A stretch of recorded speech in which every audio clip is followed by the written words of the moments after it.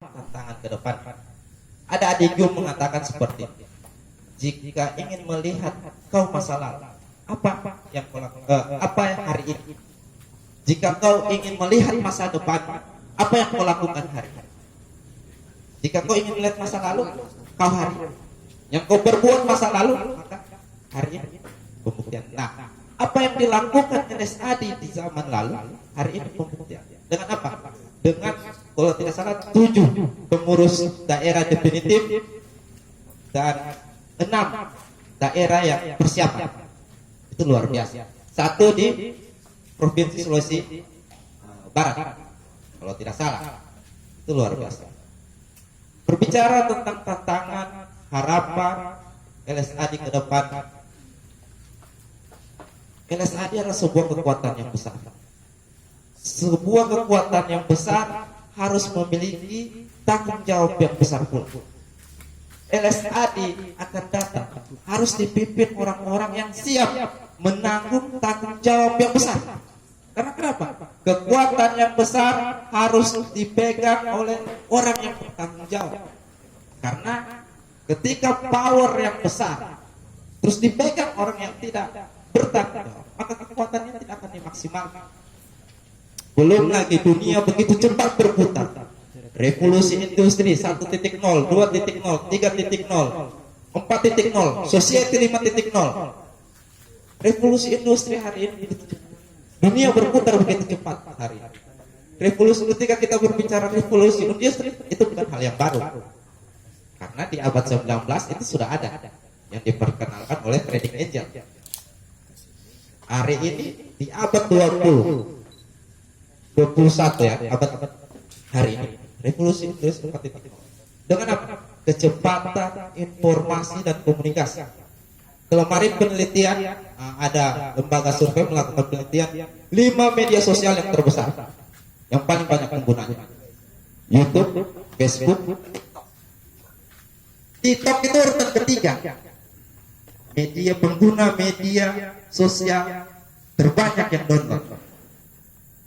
Jadi saya kemudian berpikir, kita tidak bisa anti TikTok ternyata. Walaupun hari ini konten-konten TikTok juga ya luar biasa. Tapi maksud saya adalah, mengapa hari ini kita di LSAD membuat sebuah pelatihan penggunaan TikTok? Kontennya apa? Kampanye tentang politik, sosial, budaya, dan lain-lain sebagainya, sesuai visi misi kita. Pendidikan juga. Twitter tidak masuk di survei dalam media sosial. 10 media sosial banyak penggunanya. Jadi tantangan kedepannya ini tentang komunikasi, kecepatan komunikasi, yang kemudian hari ini membuat pengguna media sosial semakin banyak, tetapi moralitas kita semakin merosot. Revolusi 4.0 hari ini tidak disiapkan dengan mental, attitude kita, sikap kita dalam bermedia sosial.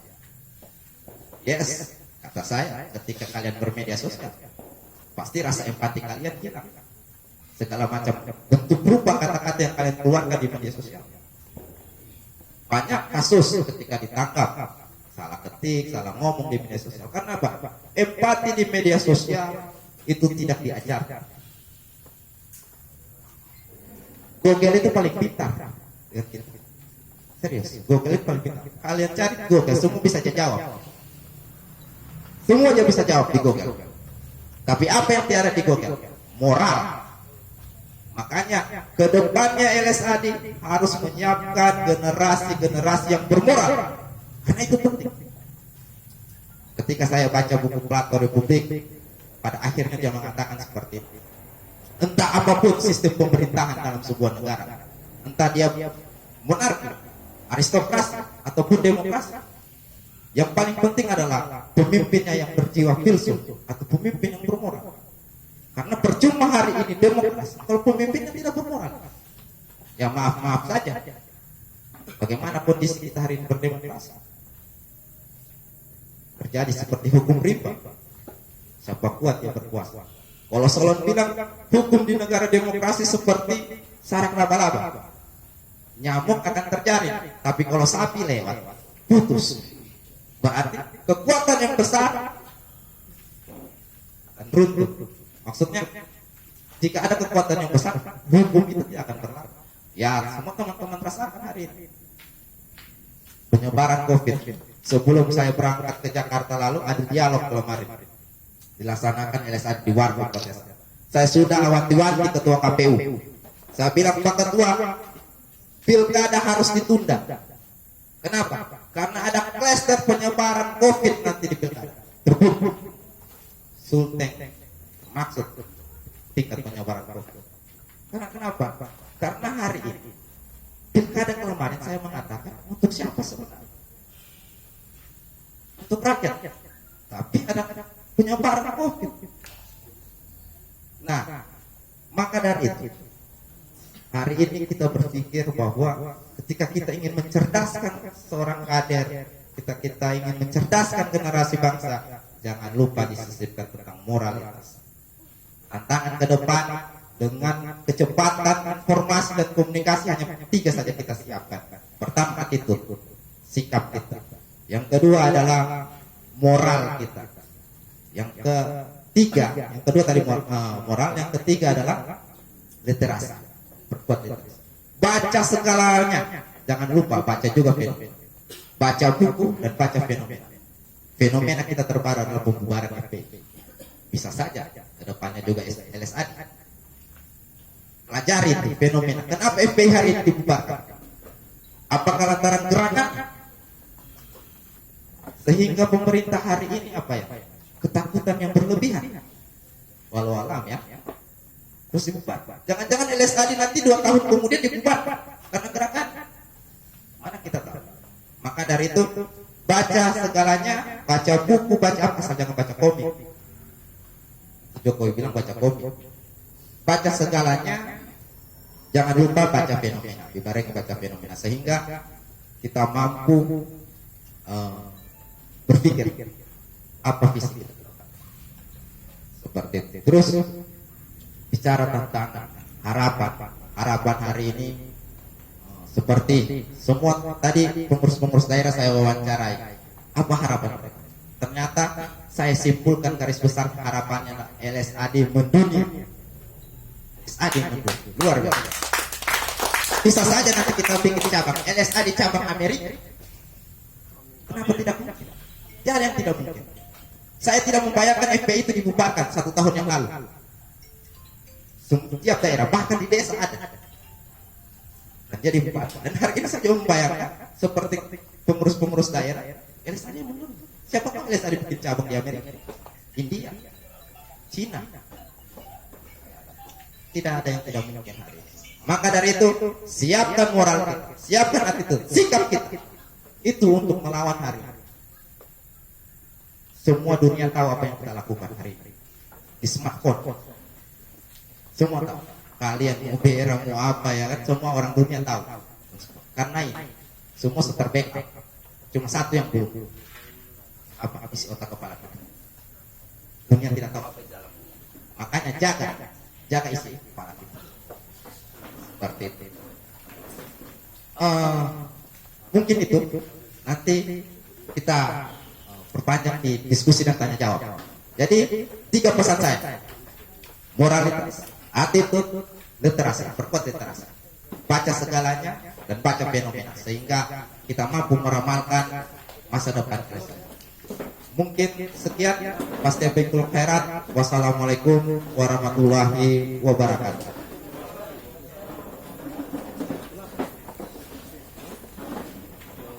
Ya, baik.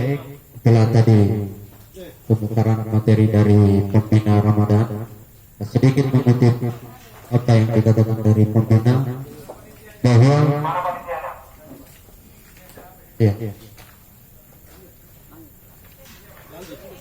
bahwa masa depan LSAD itu di tangan dan di pundak kita sebagai kader LSAD.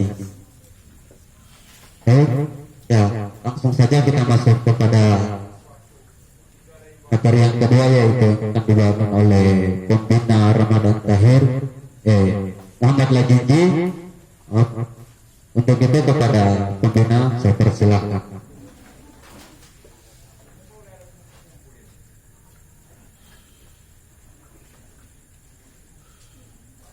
Ya, bismillahirrahmanirrahim.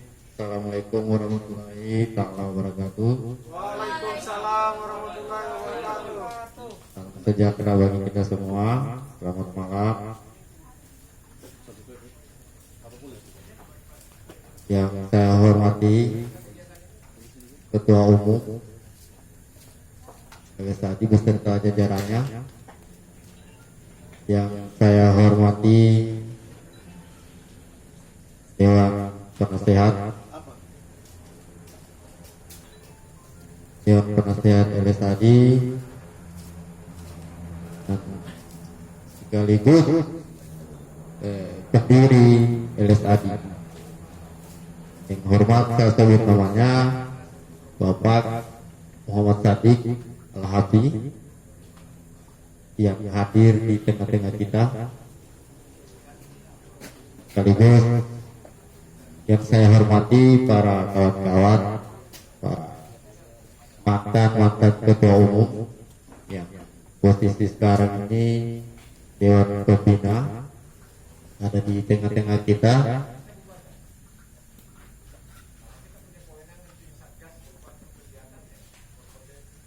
Ketua-ketua LSADI di beberapa kabupaten yang sempat hadir di tengah-tengah kita. Ada Ketua LSADI Kota Palu, Wargi Motong, Sigi,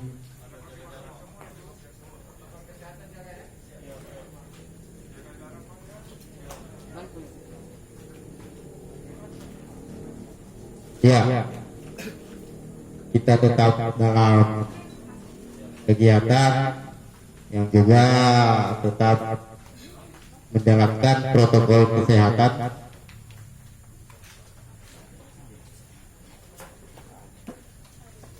Ya, pada kesempatan malam hari ini,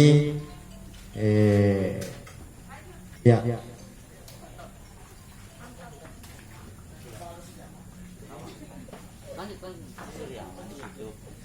ada mantap kok.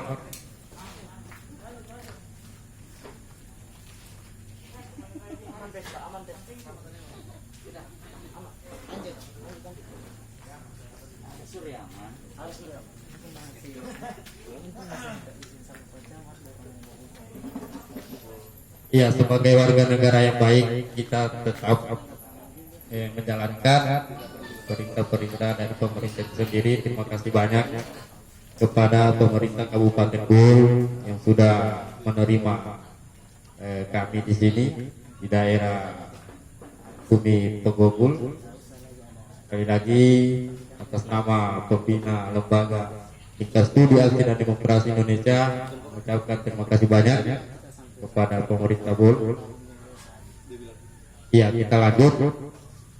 Para LSADian dari beberapa daerah yang sempat hadir pada malam hari ini, walaupun kita dibatasi oleh aturan, yang saya banggakan seluruh kader-kader LSADI yang sempat hadir di acara kita, di acara pesta kita, di acara hari jadi kita, yaitu hari jadi di mana lahirnya sebuah kelompok dengan nama Tingkat Studi Aksi dan Demokrasi Indonesia.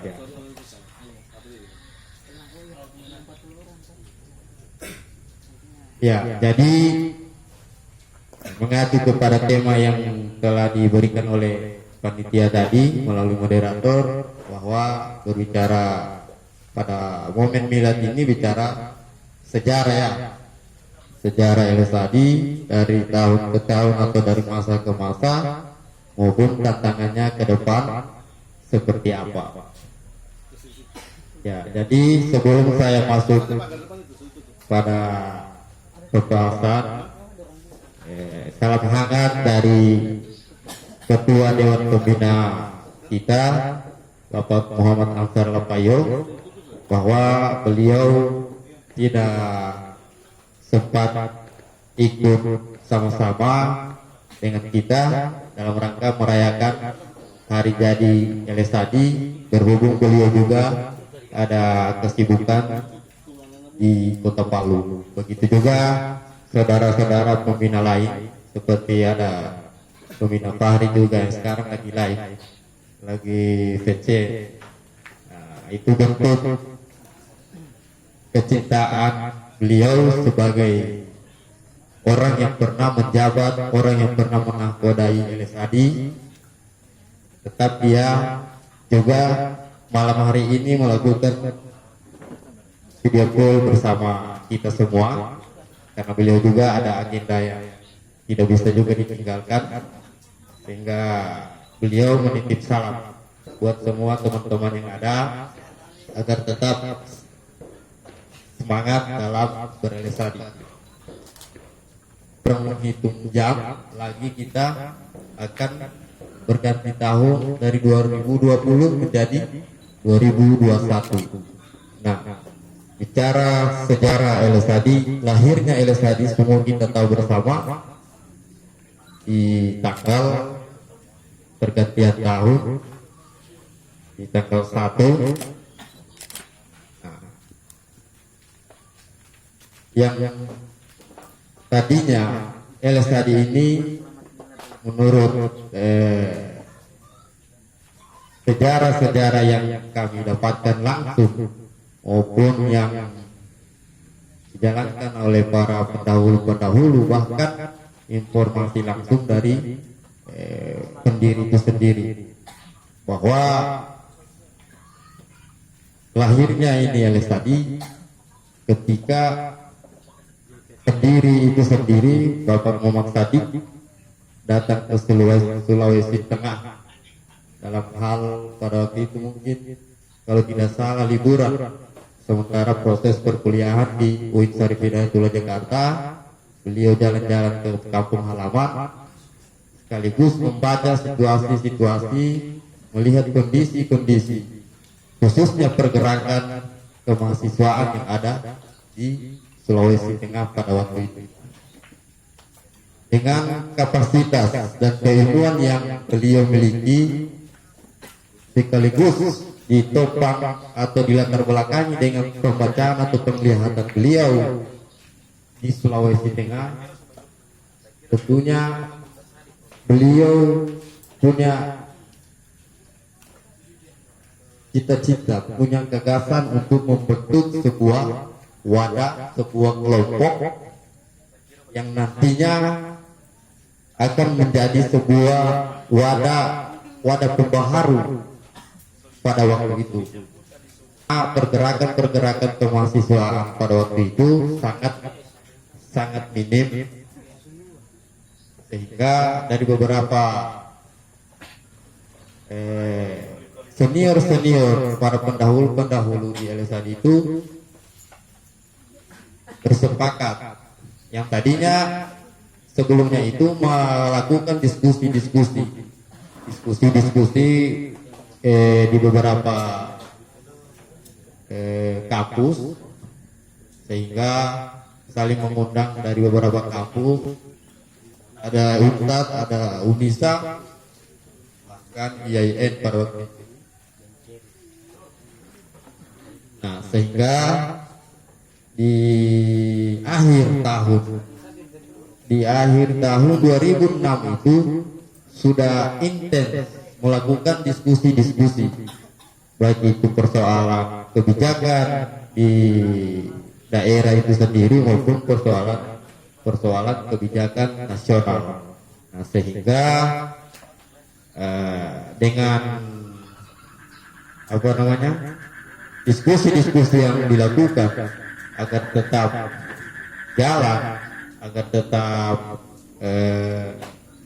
sistematis, sehingga diwujudkanlah sebuah wacana bahwa bagaimana kalau kita bukan cuma sebatas wadah atau kelompok diskusi.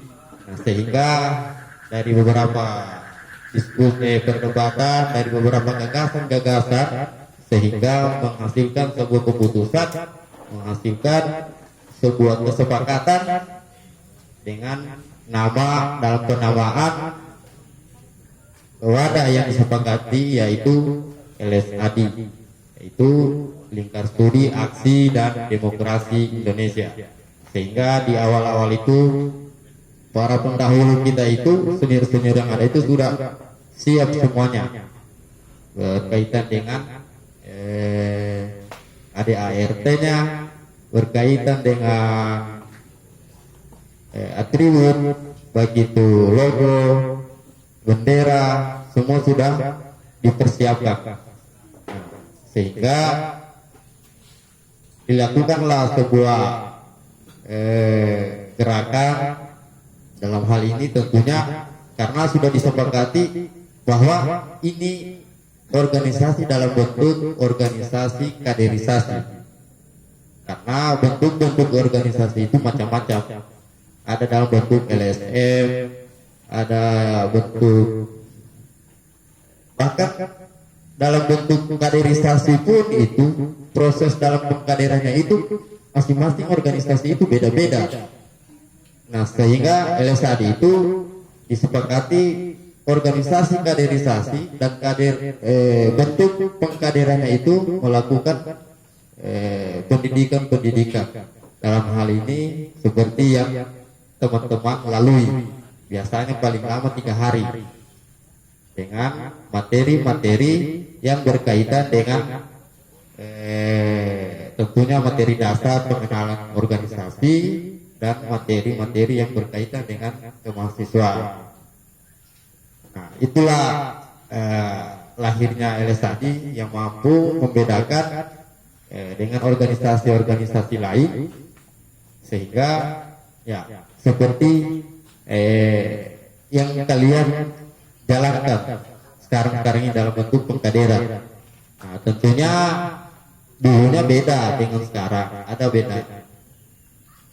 Dulu itu LSAD itu sasarannya itu masih mahasiswa. Dari awal dibentuknya di tahun 2007 sampai di 2016 kalau tidak salah, Kongres 2016. Dirubahlah ADART melalui diskusi-diskusi di tataran Dewan Pembina maupun pengurus besar pada waktu itu, melihat situasi daerah, zaman, situasi